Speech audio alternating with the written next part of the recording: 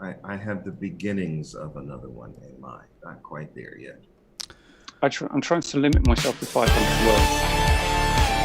One, to keep it punchy, and two, it doesn't take up too much time because you can knock out 500 words.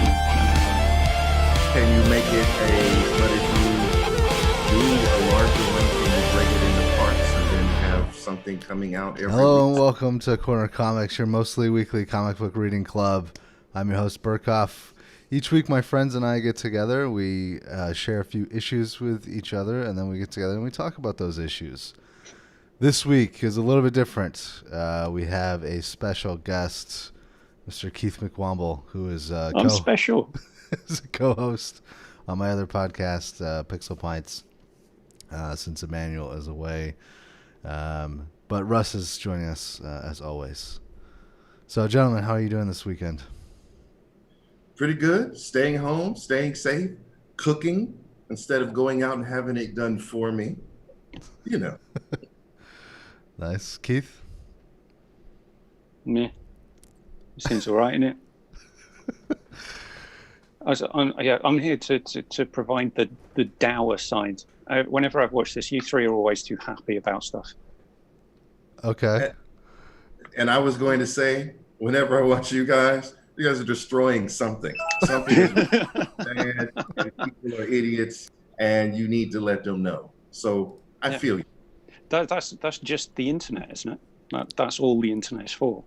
Correct. I guess that's all the internet that comes to your computer is for. Yes. Yeah, slandering other people anonymously. Except I do it with my face on screen. This week we're doing something a little different. We're talking about X-Men because Emmanuel's not here. Yep, pretty much.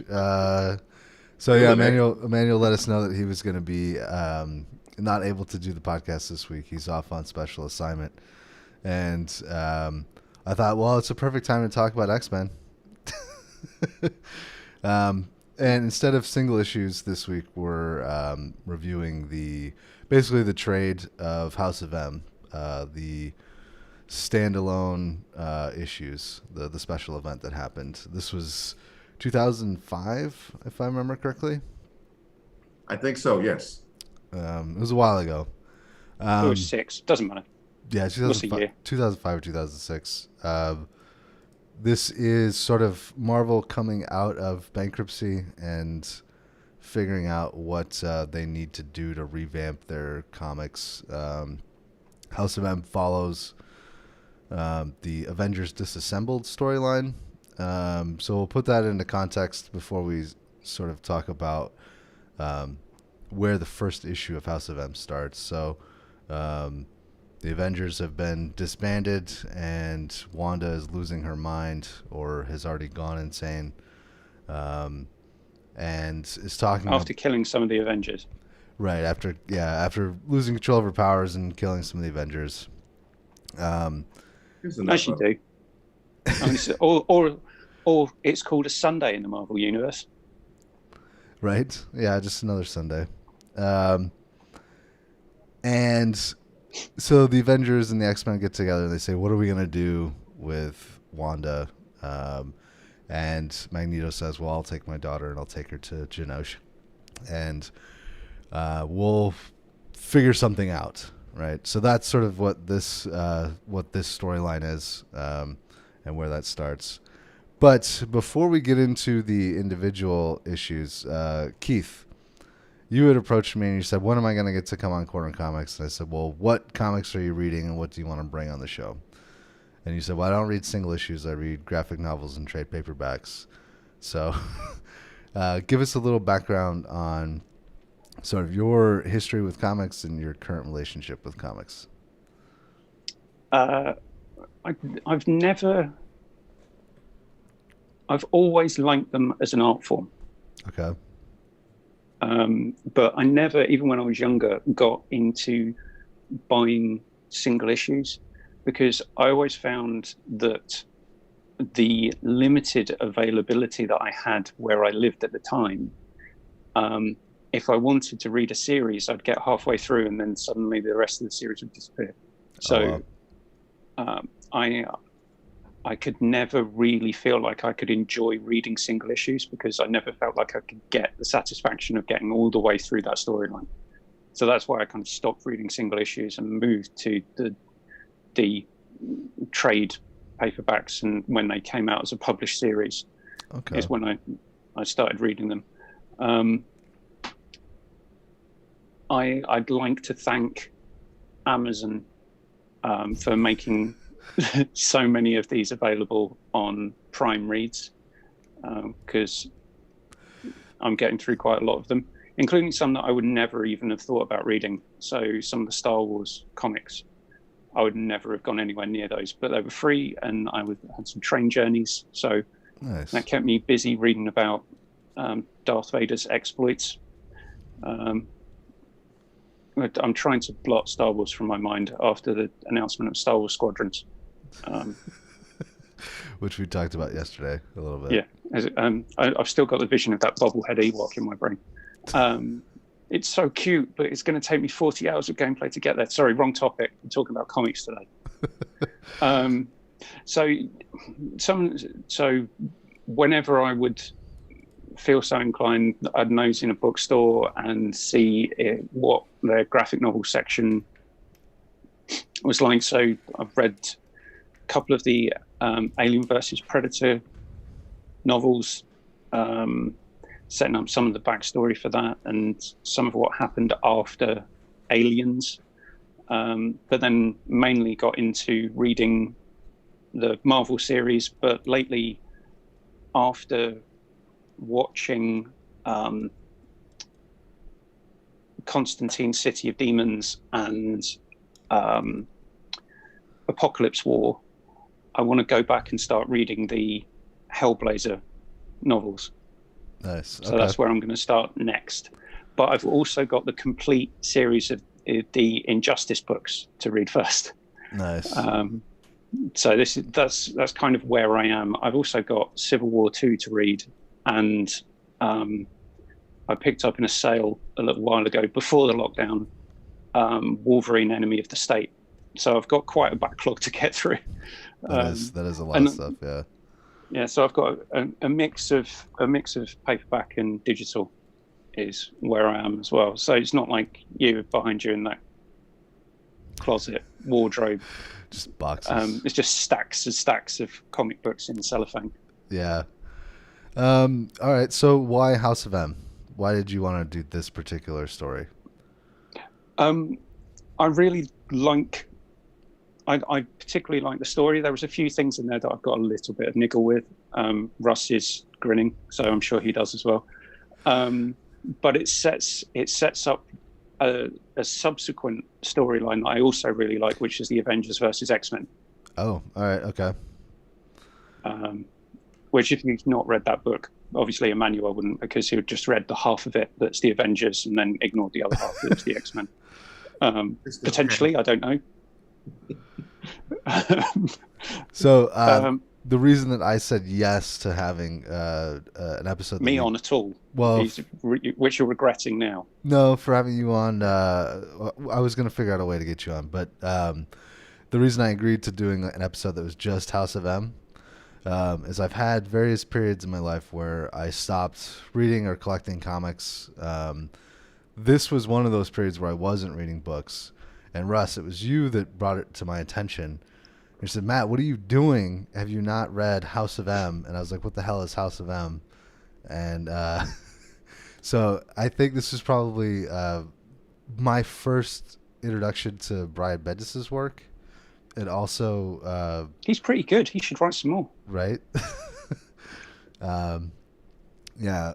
So, Russ, you were just always reading along, right? And you came across House of M? Yes and no. So, I started as a kid, and I love good stories. I get up early Saturday morning, catch the bus to the movie theater to get some kind of good story to just sort of set my day off. So good stories are always what was amazing, and good escape, because I didn't live in the greatest neighborhood. So and comics were cheap back then, right? Yeah. I remember when, telling my age, still only 35 cents. So for $5, I thought you were going to say still only 35. You look great. oh, thank you. I am still 35 in my heart, but uh, for my allowance of $5 a week, I could buy a stack of books that would take me the entire week to read. Yeah. And that was amazing to me. So I went every Saturday, got a stack of books, and I was able, and that's sort of how I got through a lot of my childhood and teenage years. When I joined the military, no comics. So I totally was out of it. Whatever cartoons were coming on, I was missing it. So a lot of times in my life where I was out of it and not having access or not having a lifestyle that enabled me to do that. So I kept coming back, getting some things, finding what I missed. And then the digital age came, and then I could get everything in theory that I wanted.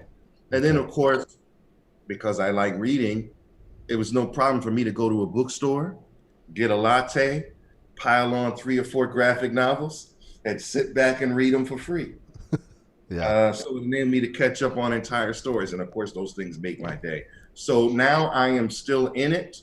I am not as timely as I would like, but I'm not talking about them at the water cooler. So I lean more towards graphic novels also, or finished stories.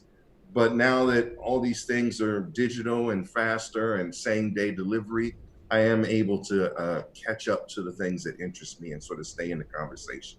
And like I said, I get excited by good stories, whether they be in comic form, graphic novel, or just print or even audiobooks. So tell me a good story, however you want to tell me, and you have me.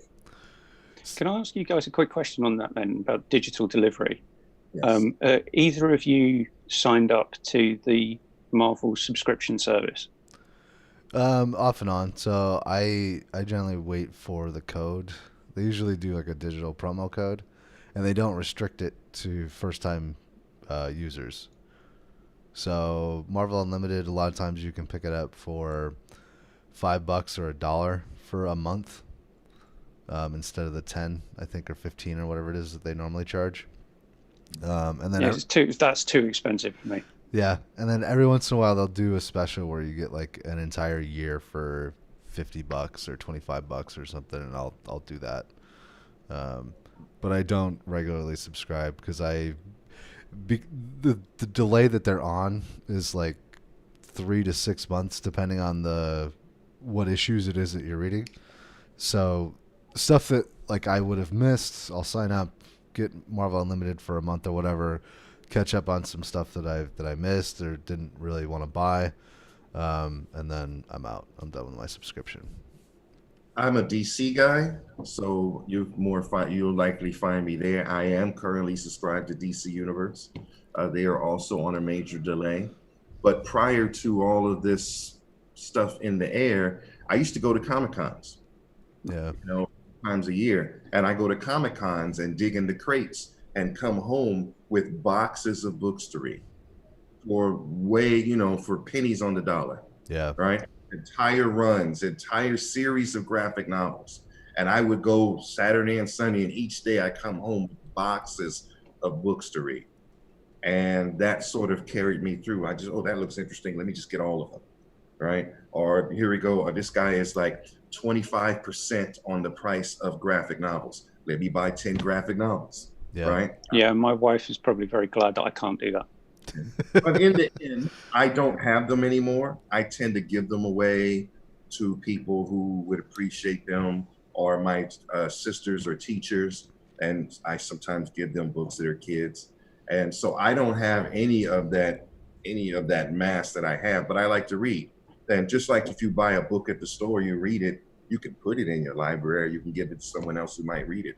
So I'm more than willing to pass it to someone who actually has interest. So I don't tend to keep them. Yeah. And I don't pay full price off it either. So there's that. Yeah. All right. Shall we get into it, gentlemen? Why, yes. All right. I can prove my level of ignorance about comics. You know Isn't what, this great?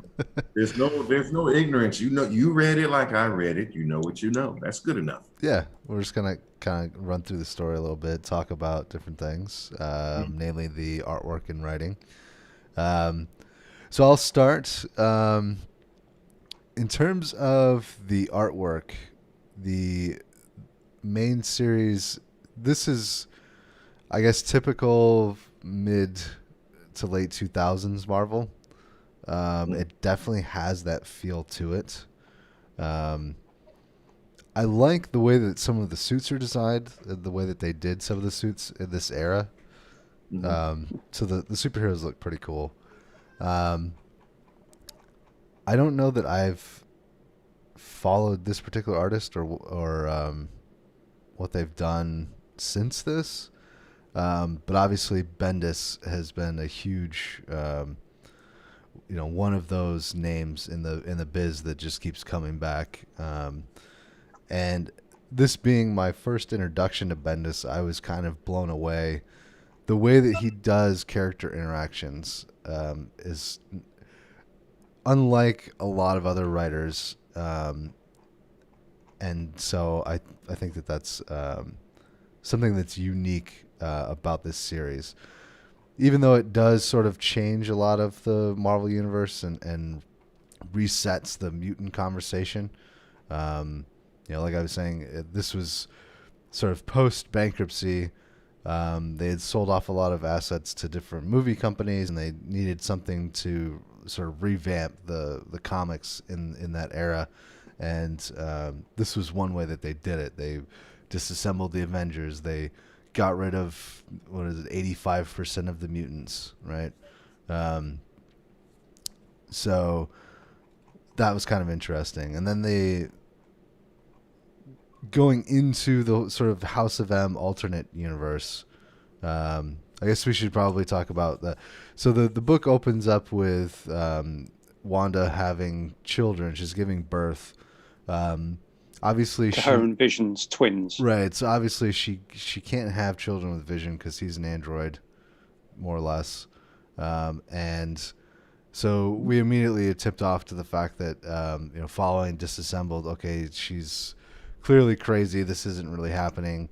But we're slowly led into, oh, maybe her power is much greater than we thought, and she's affecting the entire fabric of reality and is changing things. And this is, or could possibly be happening. I'm going to pass it along as I sort of gather more thoughts and scroll through. And All right. I like the artist Oliver, and I don't know how to pronounce his name. is it Koppel? I would have said Koipel. Koipel sounds right. And so I like him. I follow him also because I'm into artists that are not white, and he's one of those artists. He's done a lot of work for DC as well, because I Googled him when I knew that we were actually going to talk about this. Yeah, I have an article on him that I wrote for Comic Creators of Color. So I am familiar with his work. Obviously, the House of M is on most people who read X-Men, so they've all seen his art. I like it. It's not the kind of like, oh my God, but I always like the panels. Yeah. So I like the art, and especially at that time, is actually very distinctive. When they did the close-ups on the face, I like the lines. I'm not always a fan of the proportions, but I still like looking. Or just looking at Wonder Man. Well, yeah, they're, Yeah. It's not that no one looks bad, and it is enough it's pleasing. So that's kind of really what I need. I need to see the action, see the emotion, and it to be pleasing to my sight. So it checks those three boxes. Brian Michael Bendis obviously has done a lot of interesting things since this. I do like, as Matt brought up, the character interactions. I really make note of the fact that you get all these people in the room and the conversation seemed to flow well. right? Like Yeah. you were actually watching a drama series, and these people were not just talking because their words on the page, but this is how they might actually interact. These are the stances they might have. These are the ways that they might comment over each other and upon each other. And I felt like every character was very much in alignment with who I have known them to be in the history of those characters, right? No one was, sometimes you get a lot of these books and someone will take some license, not just physically with the character, but make them act totally out of context. I don't feel like that happened here. I felt like everyone, and there's a lot of, you got to figure X-Men is an ensemble cast. There are a lot of characters, let alone the Avengers, right? And I really felt like everyone's voice was genuine or in line with my knowledge or understanding or feeling of the character. So that I liked. Um, Even their alternate versions, given different circumstances, some of them might change, and that was interesting too. Uh, I'll pass it to you, Keith. What do you think? Um, Going back to the art, I really like the color palette choices. Mm-hmm. So if you, for each of the different settings within the overall story arc, there's a slightly different, well, it's not slightly different, it's pretty bloody obvious, but it's well done in a sense that you get a clear transition to where you are in the story from the background color palette. And I think it could have been overplayed, and whilst I said it's obvious, it's quite cleverly done in the sense that it does mean that you can quite quickly tune into. It's not something that distracts you, is what you're saying. No, yeah. And whilst you get I know you might get the Westchester, New York thing in the top corner, but you could have quite easily seen that without reading that on the panel, because the palette of the color that's being used for that paint is different to the one that you were just looking at previously, and also it shows the transition between tone quite well. So you start off when the shots with the pan of Genosha that's all destroyed, that was meant to be this kind of mutant panacea, which never happened, and it's all crumbling and brown and orange. And then you go to New York and Avengers Tower, bright blue sky, bright blue skyscrapers. It's the juxtaposition I really liked. Picking up on what Russ said, the emotion that Koipel gets in the expression on people's faces is particularly brilliant. So even if you took some of the speech bubbles out, you can tell what emotion the characters are trying to get across, particularly with the interactions. And you get that early on with the interactions between Pietro Maximoff and Magneto. Yeah. So shall I just keep going? Or do it, Matt? I wasn't cutting you off. I was just agreeing was all. Okay. Yeah. I'm used to cutting you off, so I don't know this, since this is your show. That's fair. Yeah. Screw this guy. So going back to the storytelling, one thing that this book really grabbed me isn't just the overall story arc, which is also very good and very interesting. The individual character story arcs that Bendis manages to blend through the overall narrative, and then wrap it all up at the end with a little bow and maybe a gold sticker and a couple of candles. It's just very, very clever and very well done. And this is why sometimes people who write for comics don't really get the credit that they should in terms of their narrative storytelling and character development. And this series has a whole heap of character development just crushed into 8 issues. The one thing I will say, though, that look at me sounding like I know what I'm talking about. The one aspect I don't like about his characters is the one character, I can't remember what her name is, like Kylie or the little girl that Kayla. is it Is Kayla? Lila. Lila. Yeah. That's Yeah. what it is. I don't particularly like her. She does become a little more prominent in the comics later, but it was clear that Bendis was like, "Well, I just need somebody in here to like be the bridge between Yes. between realities." So she's a total plot device. That's like Yeah. her only function. You know? Well, it was quite when you get into that. So, for people who don't know, spoilers. So the Wanda Maximoff has lost her mind, and she's isolated on Genosha with her brother and dad. She is having visions that her and the Vision, are married, and she's given birth to their twins. Charles Xavier is there trying to help her because she's losing her grip on reality, and they realize how dangerous that could be for not just her, but for everyone, as comes to pass later on. And so Charles Xavier calls the Avengers together and invites the X-Men to Avengers Tower and have a bit of a powwow about what do we do with Wanda Maximoff. And Wolverine is saying we might have to top her because, I don't think he says might. Yeah. he and this is quite an interesting interaction because the paragon of virtue that is Captain America is that there's always an alternative, there's always another way. When Wanda Maximoff changes reality, he becomes a big fat old man because he never got frozen in the ice and people forgot who he was and he got old. So it was quite an interesting interaction between Wolverine and Spider-Man though, where Spider-Man says, so if I just wig out, you're going to kill me? So, yeah. I'd hope you do the same to me.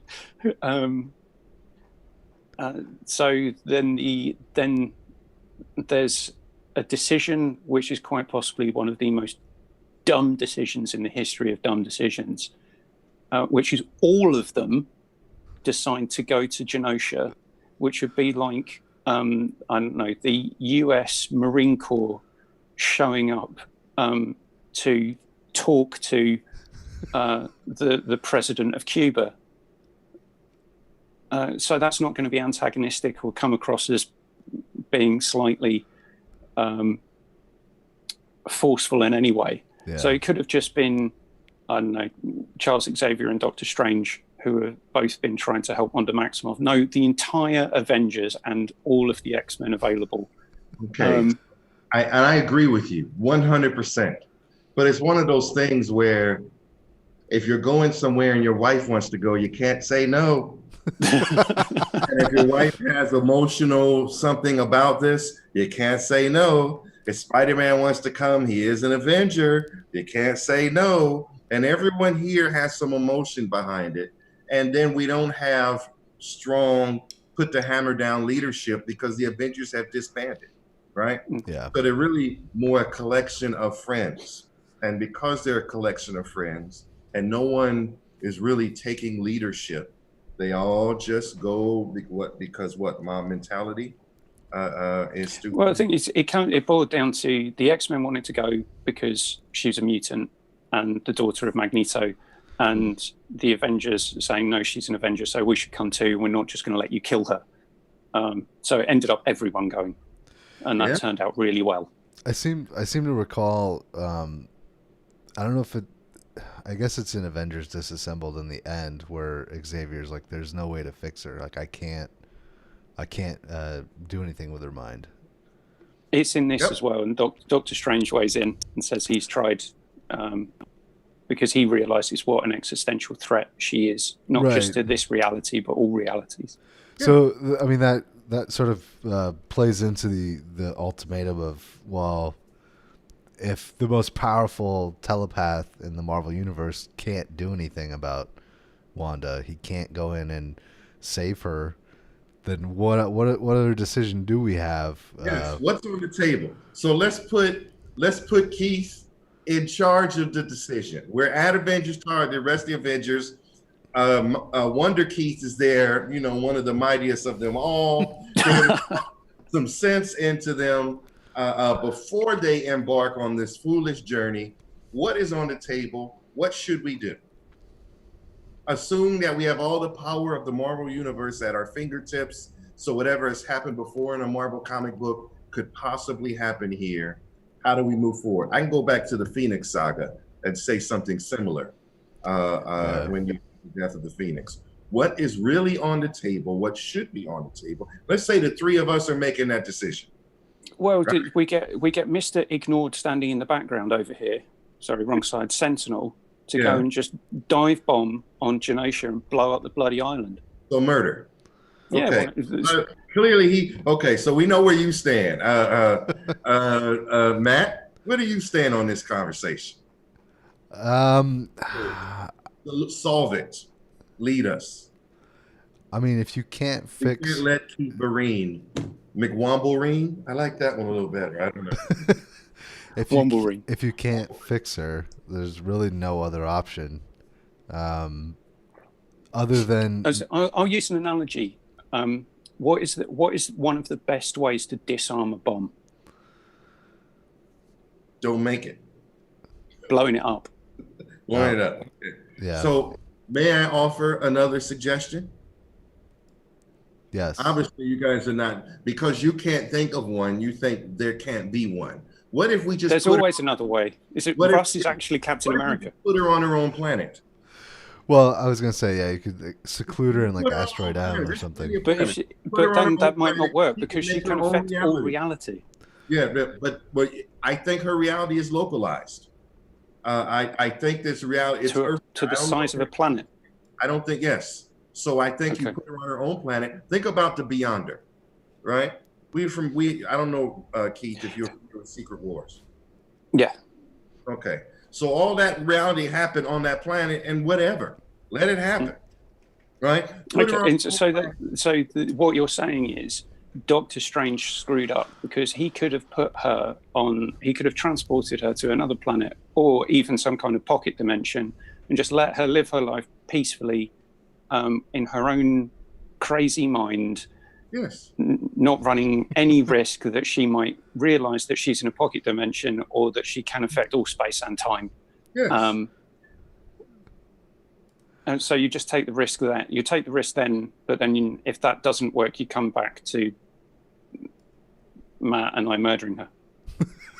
Look, I'm not giving you like, okay, if this doesn't work, we get to kill her. No, I'm telling you, this is the solution. This is the solution that doesn't make us murderers. Yeah, well, I know, Wolverine, that you are willing to murder for the sake of humanity because you care so much. And I know, man, you don't want to think bigger. You just think, well, it's obvious. This is it. And I know, for example, I had a conversation with a friend of mine that says, why don't, we got all these issues in America right now. Why don't they just do this? Why don't they do destroy the country? Yeah. And I says, the reason why you don't get to make that fucking decision is because you're not smart enough. And you think that because the answer has to be at a level you handle. We pay 6- and 7-figure people to make those decisions that we cannot, to find fucking solutions that are not within our wheelhouse. I want them to do that, right? That's one of the reasons why I have that. So because it makes sense to me, it's not good enough. It's going to have to be a bigger picture conversation.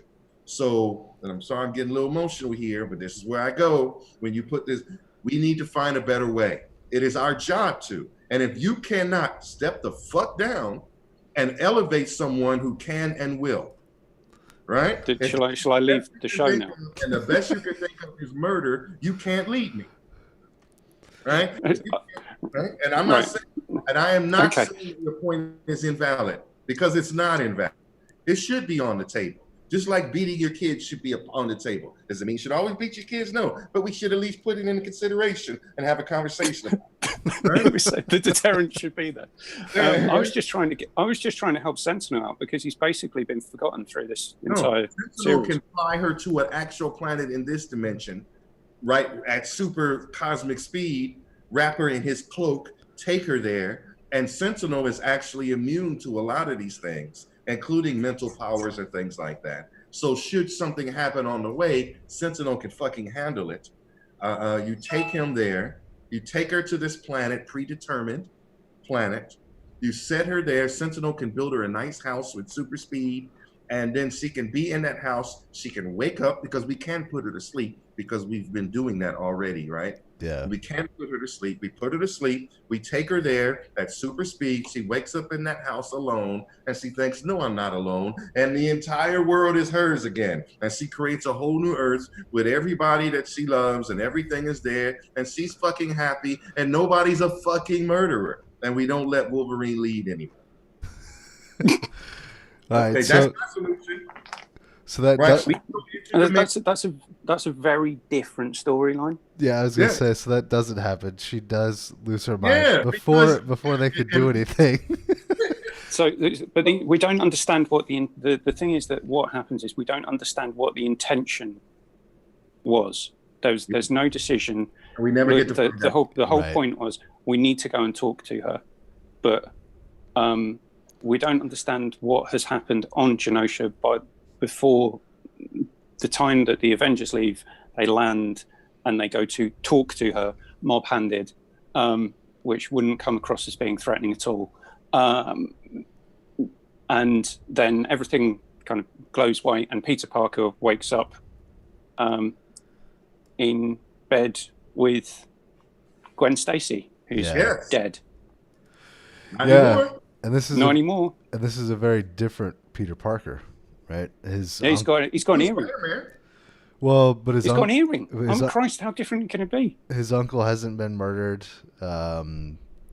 He's a star. He's living the life that I am a mutant. I'm not going to tell anybody that I was bitten by a radioactive spider, right? Well, this is the point. So what has happened is mutants are now the dominant sapien species on the Yeah. planet. Homo superior. Regular people. Yeah. Dazzler is a reality TV host. Good for her. It's everything she ever wanted. Captain Marvel is kind of allowed to carry on being a cosmic police officer. Yeah. Beats the shit out of a Gambit. That guy is going to have some serious back surgery after the beating she gave him. He's not going to be thieving anything for a long time.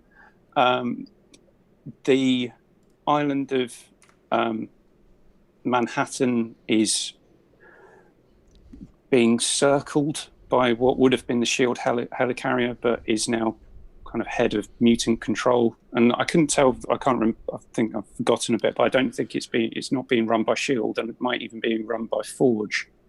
I think it's I think still it's still Shield. it's I still just think SHIELD, but it's mandate has changed. yeah, it's Yeah. like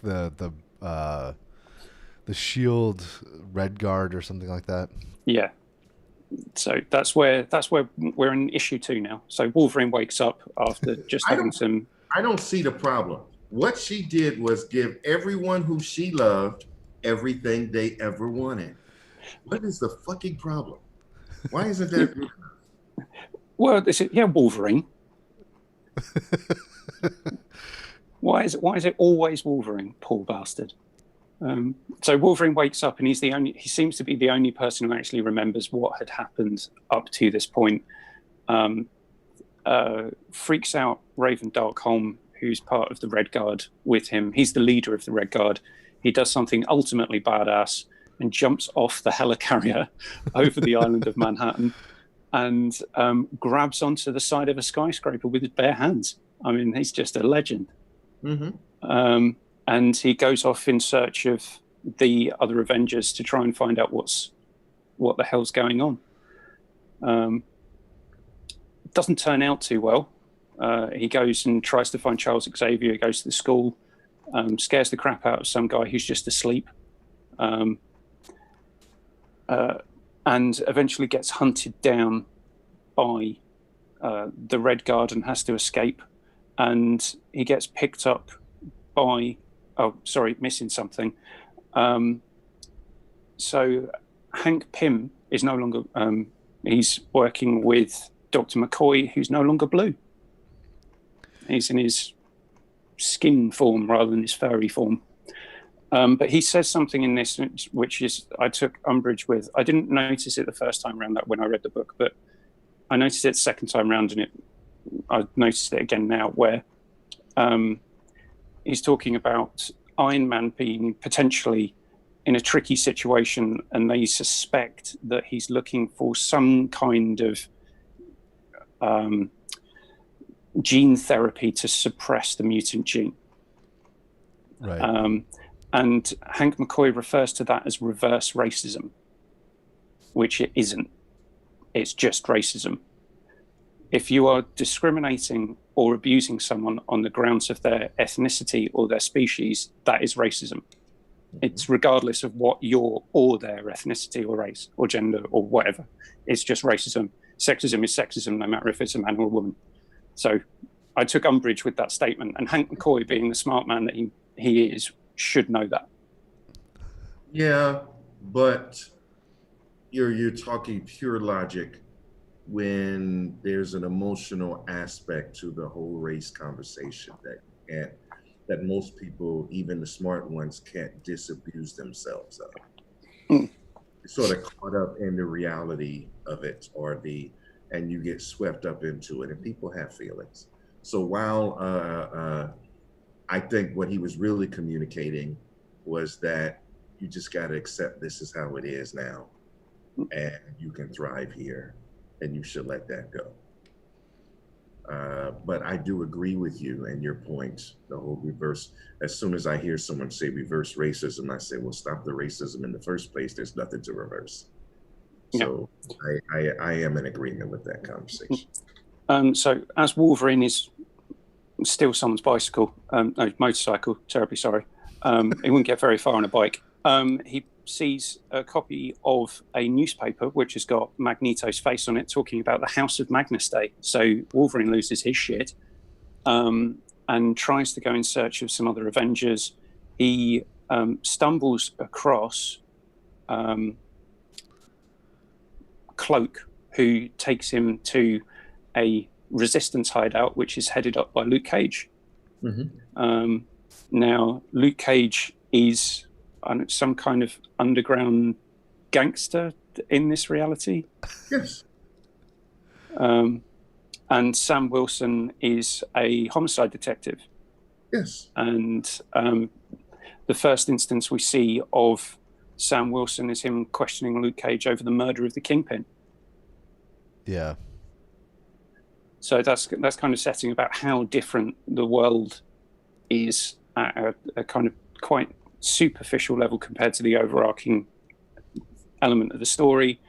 And at the end of issue 2, Wolverine has a arrow pointed at his head by Hawkeye. Yep. Who he knows is dead in the real reality. So this is coming back to Russ, your point. If reality is reality, what's the real one?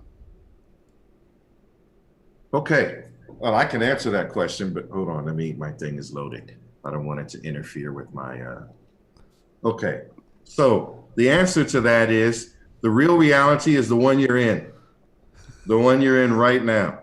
There is no reality prime that all realities are derivatives of.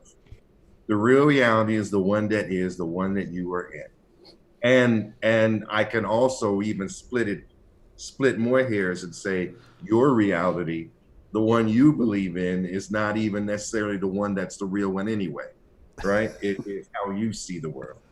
So there is no reality. So if we rebooted all of that, if we rebooted this and this was the new world, then it's the reality, right?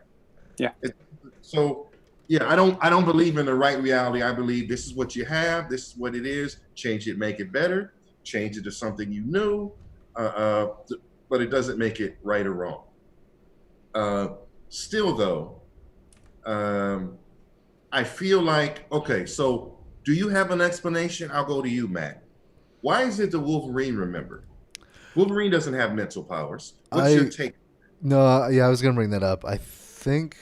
plot device. Yeah, I was going to say there's something to do with Layla. I don't know. No, yeah. he doesn't meet Layla until he gets to Luke Cage's. So I have the answer. I just thought, Matt, you might have one or invent one. No, I don't have the answer. Why does he Okay. remember? Okay, so Wolverine in all his history has always had his memories fucked with. Yes? Oh yeah, yeah. Right? So over and over again. So it makes sense that he might have some over time resistance to memory change, Oh, I see. So but that it's his healing factor over time begins the ability to heal even his memories. Because okay. if we go to the very end, we see that another fucked with thing brings all of it back. So I think that what happened is, plot device or no, that his body was always in the process of healing his memories, Okay. right? All right. And Oh, so so, very slowly, his healing factor was healing his brain cells, reconnecting those cells. and so because you did a drastic change to it instantly, he obviously it probably went through in his dreams while he was asleep, but there was some fight against that from his natural healing factor that also works on his brain, right? Yeah. And he can see a difference. His mind can see something scarred over this or cut through this, and I'm just going to heal this shit right the fuck now. So that's my logic for that. I have an explanation for Lila, whatever her name is, too, unless you have one. But go ahead. Well, no, I was gonna say it's kind of interesting because I never really thought about that, and it puts a interesting limitation on Wanda's powers, right? So if she's altering reality, Mm-hmm. it has to, there's like a barrier. Okay, I'm gonna add another dimension to that. This came from the books. That's So I've there's the right word for you. I'm going to add another dimension. Remember how they said the possibility of Wanda usurped Xavier's power to help make this change? Yeah. So what if her reality as you see it was one thing, but changing the minds required her to usurp Professor Xavier's abilities? And Professor Xavier's abilities are limited. And Professor Xavier has always had limitation with dealing with Wolverine's memories. So if there's an aspect that happened is that Okay. Professor Xavier was used in this process, it makes sense that it didn't pull all the way through on Wolverine. Can I try and poke a hole in? And in That's a all no. of these books and all of this series, Professor Xavier is nowhere to be found. Yeah. Yeah. Yeah. He's Because there's ahead. some discussion about has Wanda did she try and destroy Charles Xavier, and somehow either she chose not to for whatever reason, or he tried to protect himself, and now Layla is actually Charles Xavier. No, there's a whole nother conversation on Layla. yeah. But that's what some of the characters believe, but Yeah. that's not actually what transpires. Are you familiar with Layla and why she is that way? No. Okay. Yeah. And this came up way later, and this is a spoiler. So hit pause. I'm on the thumbs up now. When I hold the thumbs up again, you can unpause. Okay. So pause now. Pause now. Here's Layla's story. Layla, in the future, in the far future, knows everything that's going to happen because she lived it. So what happened in the future is she sent all of the knowledge of everything she knew that would happen back to her younger self, so that that younger self would be able to make better decisions, right? To be able to, right? So this younger self doesn't necessarily have a mutant power of memory, but has the knowledge built into her of everything that happens. So even though you change reality over it, since her memory comes from some other out of dimension, out of time place, has been implanted into her, it didn't change.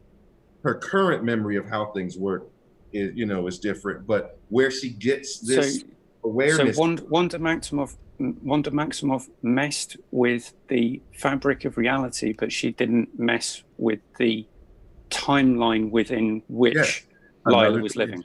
Yes, another dimension. Right. Okay. So, yeah, okay, I'm with you. All right. So thumbs up. We can come back. That's why Layla knows stuff. And if you follow her in what is that? What is that mutant detective agency she's in with Madrox? What is that group or that comic called? It's just another X Factor comic, I think. Yeah, it's another X Factor comic. So if you follow her in X Factor, if you want to know more about that character, it is an interesting arc ongoing in that book.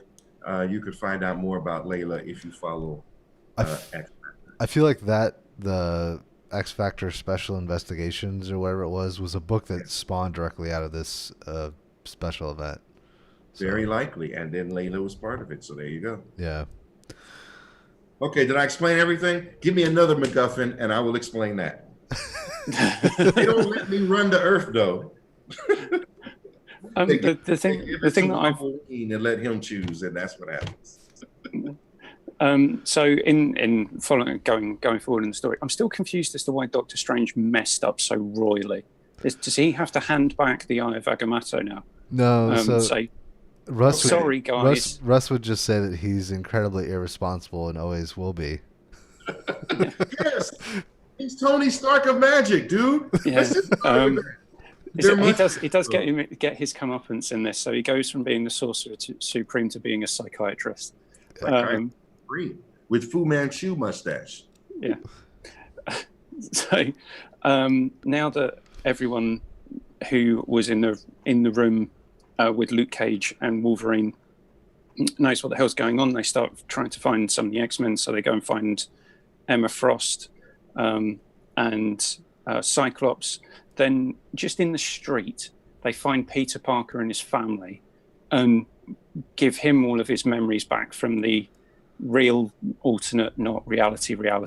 Right. How bloody selfish. He's with his wife and kids and his aunt and uncle, just in the middle of the street. You rock up. Look, the needs of the many outweigh the needs of the few. You know this. This isn't new. We need Spider-Man and every hand on deck to beat someone who can change reality. We do. Yeah. So, sorry, homie. Your dream, no.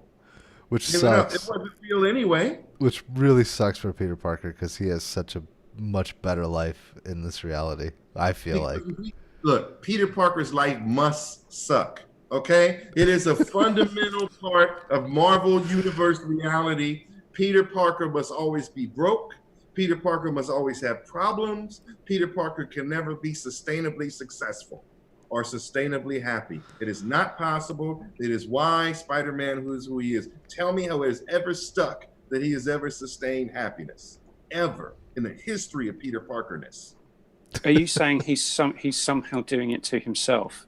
He's actually forcing himself to be unhappy because that's what he really wants. It's written on his scorecard in the cosmic Marvel universe. Right. Peter Parker's life sucks. That's just what it is. He fights with crime. He's going to go to heaven if there is one. He's going to go, right? And maybe he can have all the love he wants there. But on this earth, he must have a sucky life. No matter how good or how bad, he can have moments of joy because we got to keep him moving forward. We can't have him in despair. But we do have to take everything from him from time to time and then give a little bit of it back. Yeah. Well, this comic book seriously does take a lot from him. Yeah. I mean, there's slightly more than a pound of flesh. It'll be all right.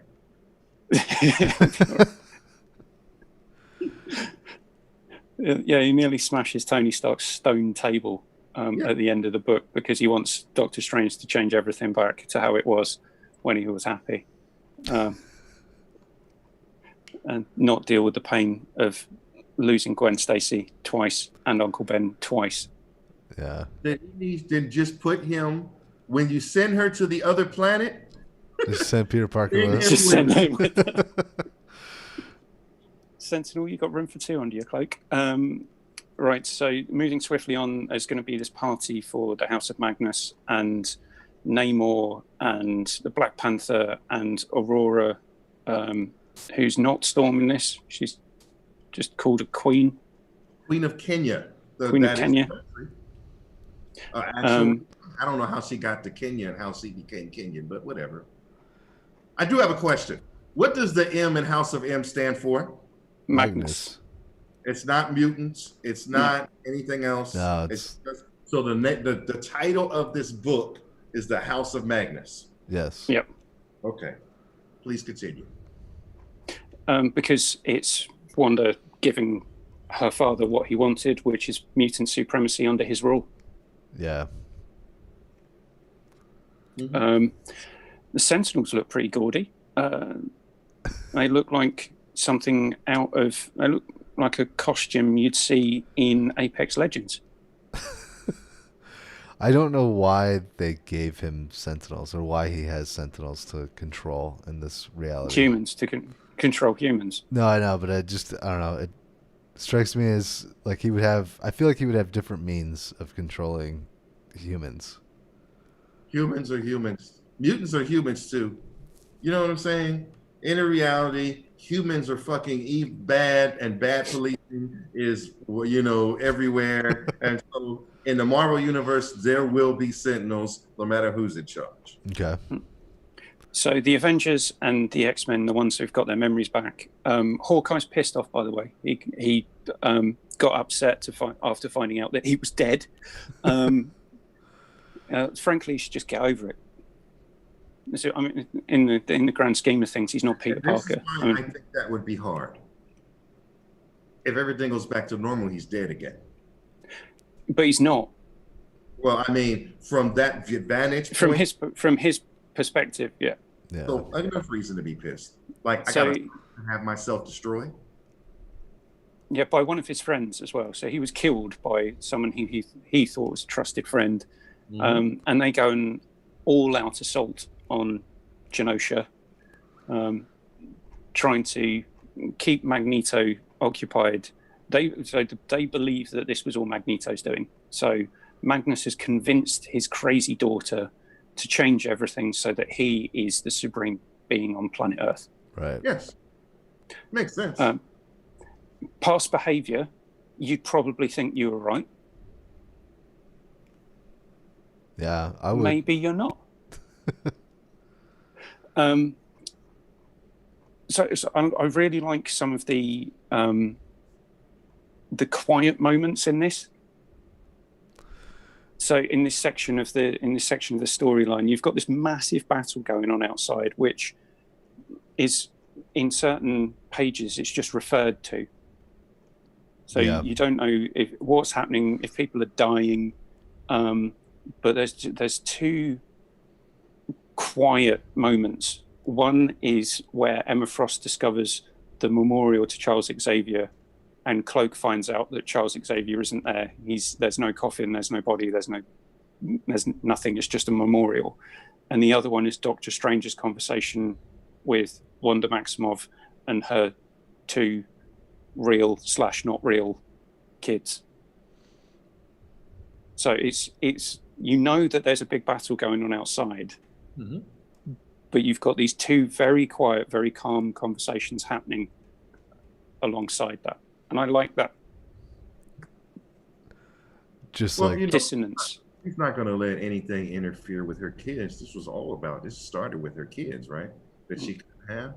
That's how the whole thing started. So whatever's going on out there in the world, you're not going to have it interfere with her babies. Yeah. So Hawkeye on his revenge mission shows up in Wanda Maximoff's bedroom, and not just murdered, he gets kind of erased from existence. So that was, it's very, very artistically done. It's almost as if his body's being disassembled in a similar way as if it wasn't going to dust, but more kind of square particles. In the Infinity War and Endgame, where people snap their fingers and people turn to dust. Yeah. But wasn't the Avengers before this disassembled? Wasn't that even the name of the book? Yeah. Yeah, it was disassembled. So, do you know what? I didn't even get that. Thank you very much. And then Pietro Maximoff goes and beats some people up, but where is it that she realizes? I think it's toward... So towards the end, they actually realize that it wasn't anything to do with Magneto, and it was actually Quicksilver who convinces his sister to create this reality, because he is trying to protect her from being murdered. The Avengers, the X-Men, but also their father, as he's always done their entire lives. So he was trying to be her protector still, but caused a significant amount of damage in the process. What's the damage? He gave everybody what they wanted. What's this damage you speak of? Have you seen the panels? Yeah, but I mean, hey, he didn't cause all this damage. The people, I gave everybody what they wanted, and how did they react to what they wanted? They caused damage. Right? Don't blame me because I gave you what you wanted and you couldn't freaking handle it. And then you want to kill people and take down a mountain and destroy people because you have everything you want? You know what I say to that? No more mutants. Oh, there you go.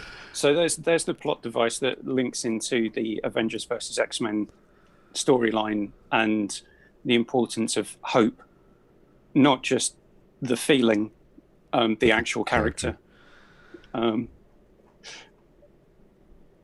Because Wanda Maximoff gets pissed off with everything that's going on, and she sees the mutants as causing these problems, and it was them who wanted to kill her in the first place. It was them who were who forced her into isolation. It was them who didn't want to help her when the Avengers did. So she says, "No more mutants," and all of a sudden, reality hundreds of thousands of mutants lose the mutant powers. The mutant gene that they had is gone instantaneously. But not all of the ones who were in this fight. They seem to be most of the ones that were still protected from it in this kind of reality bubble. Yeah. And so this is a little bit different to the beginning of the story because this is universe changing, right? Her statement of no more mutants affects the Marvel universe going forward. Yeah, it does. So previously this was just that in this reality. Yeah. Which Russ would argue is the only reality. Or has argued eloquently, by the way. He's getting bored with us. He's looking up stuff online now. I'm reading through the book to have more ammunition to combat your foolish claims. So, yeah, but but this actually affects the entire Marvel universe. Yeah, and so we're at... Be careful what you wish for. If you want to kill someone, you don't know, she might just wish all of your progeny out of existence. Yes. Once you decide to take up murder, you got to realize that there is something bigger than that can harm you. You may think it's okay and justifiable, but once you choose that path, once you elevate it to murder, don't think that there isn't something that is so worse that is beyond your perception that can come down upon you. So I always think that should be the last thing on the table, and that you are actually willing to give up everything, not just yourself, but everyone you love behind a decision to murder someone. Because if I think about it, if someone comes after my family, you think I'm going just an eye for an eye? Okay, this just got really dark. Entire gene pool. Russ, I promise I will never try and murder anyone unless they deserve it. You didn't even change anything with that statement. No, I just added a qualifier. Right? So towards the end of the book, the X-Men are hunting Wanda Maximoff. She's disappeared. Quicksilver's disappeared. Mm-hmm. So they head back to Genosha and find Magneto-less. Because Magnus has lost his mutant powers along with the other mutants. He is no longer Magneto. So Wolverine takes great pleasure in threatening him. But then, As murderers do. but then he doesn't murder him. You think of all the horrible shit that Magneto's done to Wolverine over the years. I mean, ripping the adamantium from his skeleton through his skin. Yeah, which was a great storyline. And he just leaves him there to be the Didn't kill him though. Nope. sapien that he despises. Yes. Fate worse than death, Ah. being lesser than you believe. So if you do try to murder someone, then there is something that is worse that can be visited upon you. Yes. I agree. And then the book ends and everyone goes home, lives happily ever after, except Peter Parker. What's the big shadow over the earth? Well, this is the bit at the end I found quite confusing because I don't know what directly follows this series. I mean, I don't know either, man. I got the next. so you've got Hank Pym talking on a TV show talking about Newton's third law of thermodynamics. So where has all of this energy from all of these mutants who've had their mutant powers taken away from them? Where has that energy gone to? It must have gone somewhere. Well, if Magneto's powers are gone and Xavier is nowhere to be found, maybe it's Onslaught. Could be. Yeah. Because that would make sense, right? I don't know the answer because I don't know what comes after this. That's going to require me to go find all the books that came out at that time and those. Yeah, I was gonna say I don't remember what directly follows this, but I think the next major story arc for the X-Men was Messiah Complex. So there's something that bridges this with Messiah Complex in that they do, some mutants do still have their powers, and there's a reemergence of the X gene, and mutants are coming back. And Is that with Hope? Yeah, and Hope plays a role in that. And then Messiah Complex goes into Messiah War, which Cable is protecting Hope, and so those two stories are actually pretty interesting. If you wanted to follow up House of M, I would recommend. And those are trades or graphic novels that you can get. They said Messiah Complex went from October 2007 to January 2008. So it sounds like it was pretty soon after. Yeah, it was like the next year. Mm-hmm. Yeah.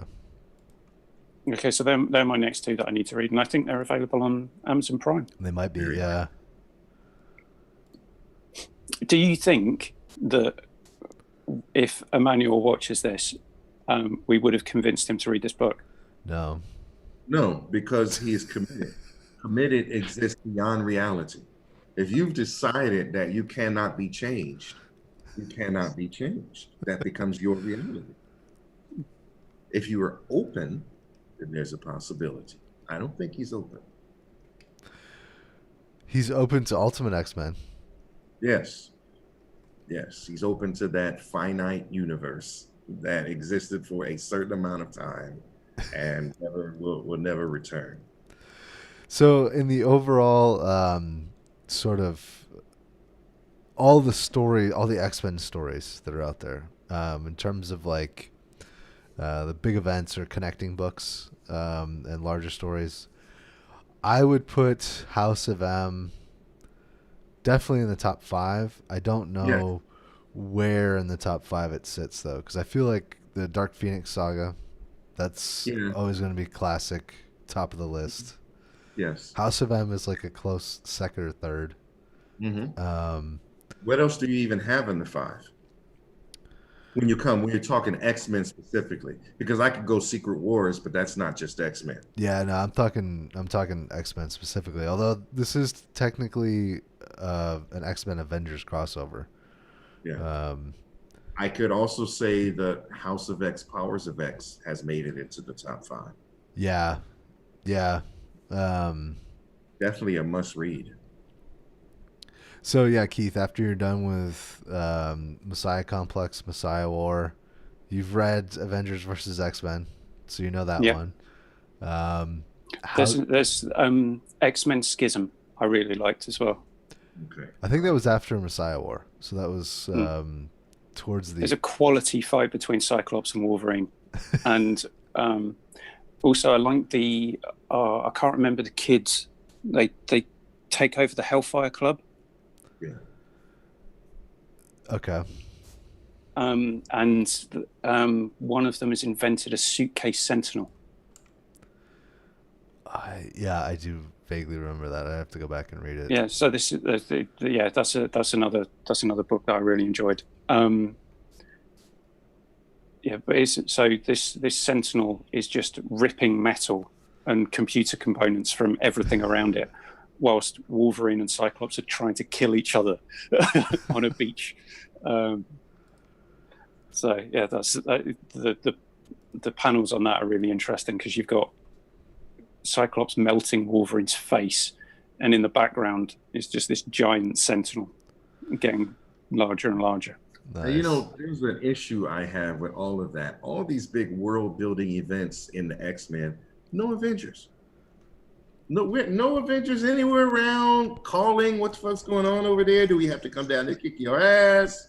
Right? Nothing. It's like they in a whole nother universe. And then all of a sudden the Phoenix come back. Oh, we need to come in and have war. You need to give us Phoenix now. Now you didn't say that shit like Phoenix is ours. You didn't say that shit when you gave us going back to this book. When your Wanda Maximoff took all mutants, where the fuck were you then? Now you want to come in and say Phoenix belongs to you. Fuck that. Right? You ain't got no telepaths, so we can change all your minds and make you mush right the fuck now. Right? Yeah, and this, which is why I liked Avengers versus X-Men. Wasn't there a Avengers versus X-Men also? No, I don't believe so. No, it was There was just, there was a Or is series. it coming? There was a series that followed that that was A plus X. Yeah. Which it's one of the only times where Captain America, being the paragon of virtue that he is, just gets schooled by Cyclops. Cyclops just rips him a new one, just along those lines. Like, where the fuck were you when all this shit was going on? Let me ask you a question: is Captain America smart? Oh, that's a good... Well, do you have to be smart to be a paragon of virtue? No, you don't. In fact, you actually can't be. No.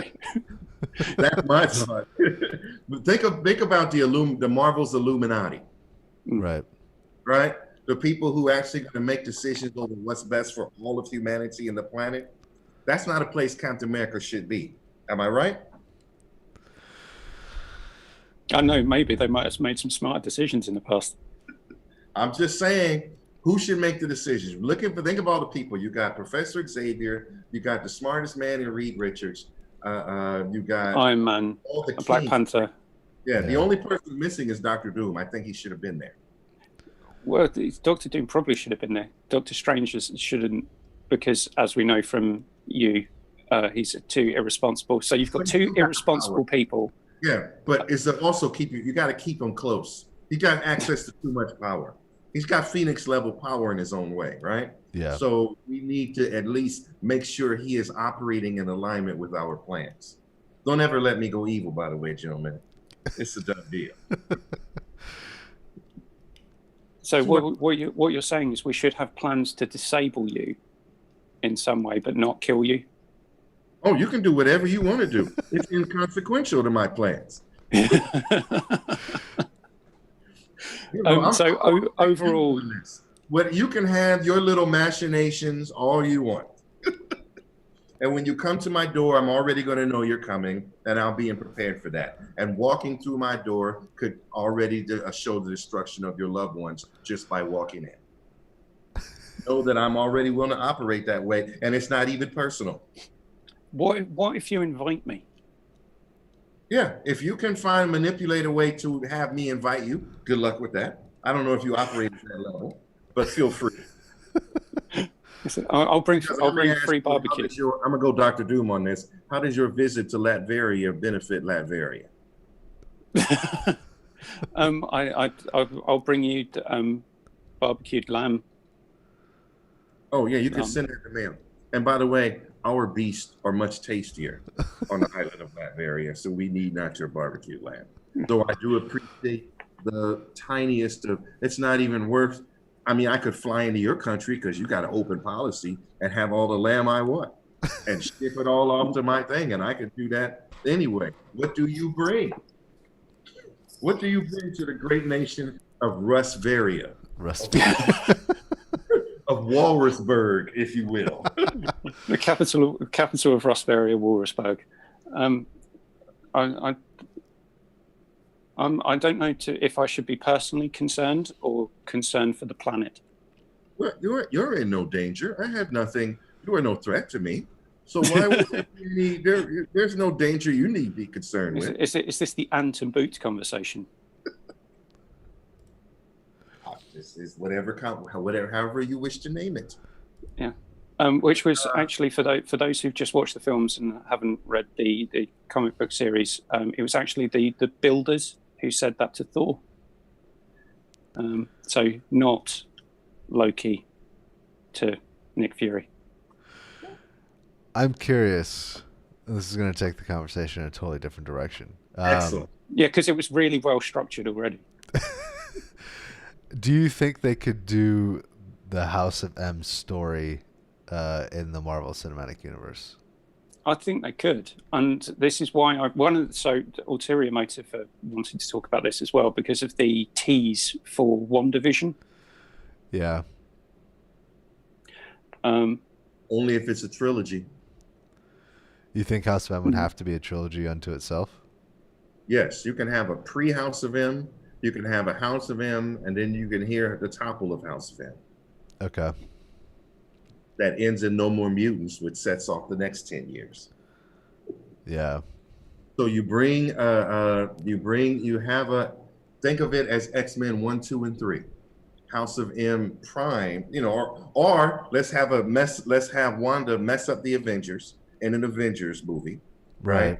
Then you start your X-Men trilogy, right? You bring the X-Men in, right? And then something happens, and then at the end of the other movie, everybody wakes up and it's a different reality. And you have to see the next movie after that, right? And so you go see that next movie, and it's House of M proper, where Wolverine is going through whatever and finding out what everybody is up to, and you see that, and it's interesting, right? And then he, at the end, wakes up somebody or starts the waking up process, right?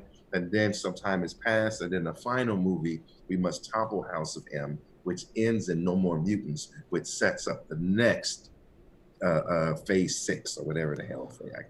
Kevin Feige, if you're watching this, Ross has just given you some gems. Right. Stories, man. Stories. You can send the checks to P.O. Box. Corner Comics Official. Right. I think it would be a really interesting, because the MCU has set up these big kind of world-shattering events. Mm-hmm. Yeah. And this could quite easily form one of them, and you could build up to it like Ross was explaining, that I'm not going to repeat. And then you've got your shoehorning in of. So as I was listening to something. Oh Christ, what was I listening to? It was a podcast that didn't feature either of you two. I know it must have. I must have been on a bad day. And they were saying, how do you integrate the X-Men now that Disney have bought Fox? How do you integrate them into the MCU? Because you can't do it in the next series of movies. So you're looking at the ones after this series. Yeah. So here's what happens. Each of these movies that are coming out is going to introduce someone from the X-Men universe. Maybe they're not going to be the main person, right? So when you get past this next series and Wanda does what she does or might do, whatever, you will already have standardized certain characters and that there is an X-Men universe, so that when you do have the X-Men movie proper, you can bring people that already showed up in these other movies and the fans have familiarization. Yeah. Right? And then they already see how they're integrated in, and then you have an X-Men movie proper. And maybe This is something that happens phase 9. Maybe it's just the X-Men, we go classic, not Dark Phoenix. Did they have anything before the death of Phoenix that was big? You're an X-Men guy in the history, man. What was big Um, uh, that was, but it wasn't Dark Phoenix? Was there anything? no. I want to say Days of Future Past, but that was either around the same time or right after. Okay, but we don't have to. Days And of they, Future they Past. but they did that very badly. Yeah, but Well, remember, yeah. we had to establish X-Men before we change their reality, right? We have Yeah. to get used to the current reality. So we need a story in this reality. And maybe we'll create an all new one, right? I'm open to that. But we need a story an X-Men story that is in this reality that the Avengers have to be part of or aware of or connected to, at least tangentially. It is always possible that they'll just eschew all that stuff and go with Hickman's House of X, Powers of X, and just sort of start from there and build that into the MCU. They could do it House of X. Well, they could very much do that. Yeah. That could work. I would hate to see all of that other stories not be used.